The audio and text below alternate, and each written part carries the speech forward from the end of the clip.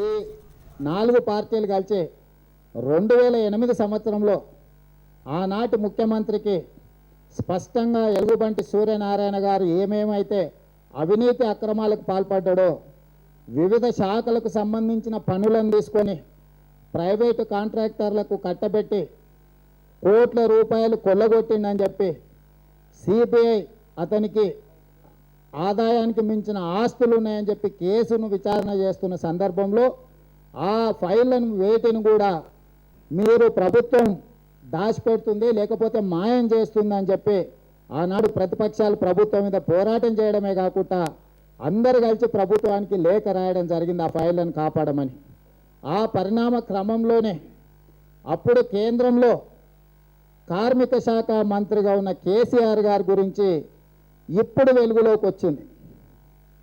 2006 సంవత్సరంలో కేంద్ర కార్మిక శాఖ మంత్రిగా ఉన్న కల్వకుంట్ల చంద్రశేఖరరావు గారు నేషనల్ బిల్డింగ్ కన్స్ట్రక్షన్ కంపెనీ కేంద్ర ప్రభుత్వ రంగ సంస్థ అయిన ఈఎస్ఐ హాస్పిటల్, ఆ ప్రభుత్వ రంగ సంస్థకు ఈఎస్ఐ హాస్పిటల్ కట్టమని ఇచ్చిన కాంట్రాక్టును ఆ సంస్థ నుంచి రద్దు చేసి ఆంధ్రప్రదేశ్ మత్స్యశాఖకు కేటాయించండి. ఆంధ్రప్రదేశ్ మత్స్యశాఖ కేటాయించడం ద్వారా ఎలుగుబంటి సూర్యనారాయణకు ప్రత్యక్షంగా లబ్ధి చేకూర్చే విధంగా ఈ రాష్ట్ర ముఖ్యమంత్రి గారు కేంద్ర మంత్రిగా ఆదేశాలు ఇవ్వడం జరిగిందని చెప్పి సిబిఐ విచారణలో వెలుగులోకి వచ్చింది. దానికి సంబంధించి ఈఎస్ఐ హాస్పిటల్ల నిర్మాణంలో అవినీతి అక్రమాలు జరిగినాయి, లొసుగులు ఉన్నాయని చెప్పి ఈఎస్ఐ హాస్పిటల్ కార్పొరేషన్ వాళ్ళు కేంద్ర ప్రభుత్వానికి లేఖ రాసి మీరు సిబిఐ విచారణకు ఆదేశిస్తే ఇందులో జరిగిన లొసుగులు, ఇందులో జరిగిన అవినీతిని వెలికి తీయడానికి అవకాశం ఉంటుందని చెప్పి 2011లో సిబిఐ విచారణకు ఈఎస్ఐ కార్పొరేషన్ అడగడం ద్వారా కేంద్ర ప్రభుత్వం 2011లో సిబిఐ విచారణకు ఆదేశించింది.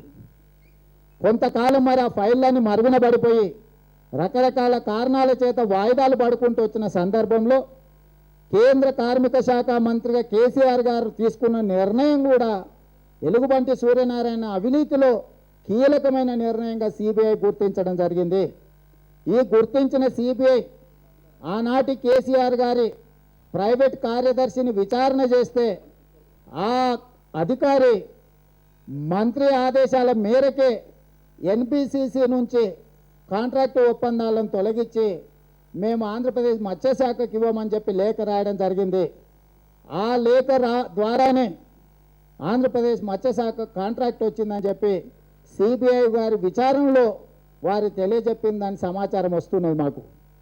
కాబట్టి ఈరోజు అలాంటి సిబిఐ విచారణ సందర్భంగా చంద్రశేఖరరావు గారి పాత్ర, వారి పర్సనల్ కార్యదర్శి ప్రత్యక్షంగా వారు ఉన్నారన్నట్టుగా వాంగ్మూలం ఇచ్చిండ్రని దాని మీద చంద్రశేఖరరావు గారిని విచారణ చేయడానికి గత 3 నెలలుగా సిబిఐ ప్రయత్నం చేస్తుంటే వాయిదాల మీద వాయిదాలు వేసుకుంటూ వస్తున్న ఈ రాష్ట్ర ముఖ్యమంత్రి గారు గత వారంలో సిబిఐ ముందల విచారణకు హాజరైందని చెప్పి కూడా ఈరోజు సమాచారం వస్తున్నది.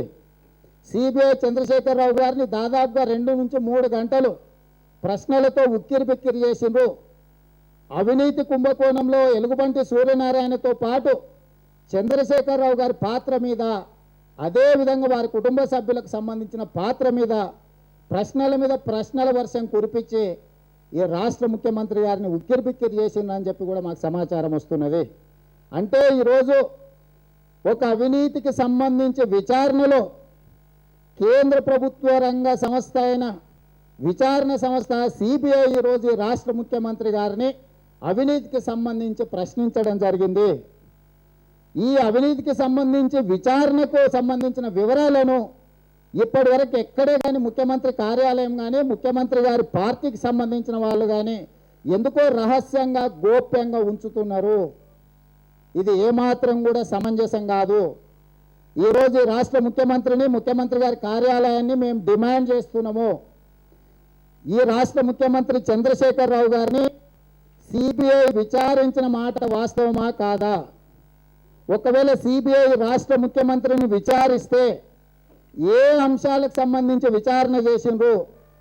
తను కేంద్ర మంత్రిగా ఉన్నప్పుడు ఇచ్చిన కాంట్రాక్టులకు సంబంధించి ఈఎస్ఐ హాస్పిటల్ల నిర్మాణంలో జరిగిన అవినీతి అక్రమాలకు సంబంధించి సిబిఐ మిమ్మల్ని ప్రశ్నించిందా లేదా, ప్రశ్నిస్తే ఏమేం ప్రశ్నలు మిమ్మల్ని అడిగినరు, మీరు ఏం సమాధానాలు చెప్పిండ్రన్న సంగతి వివరాలను కూడా బయట పెట్టాల్సిన అవసరం ఉన్నది. ఇక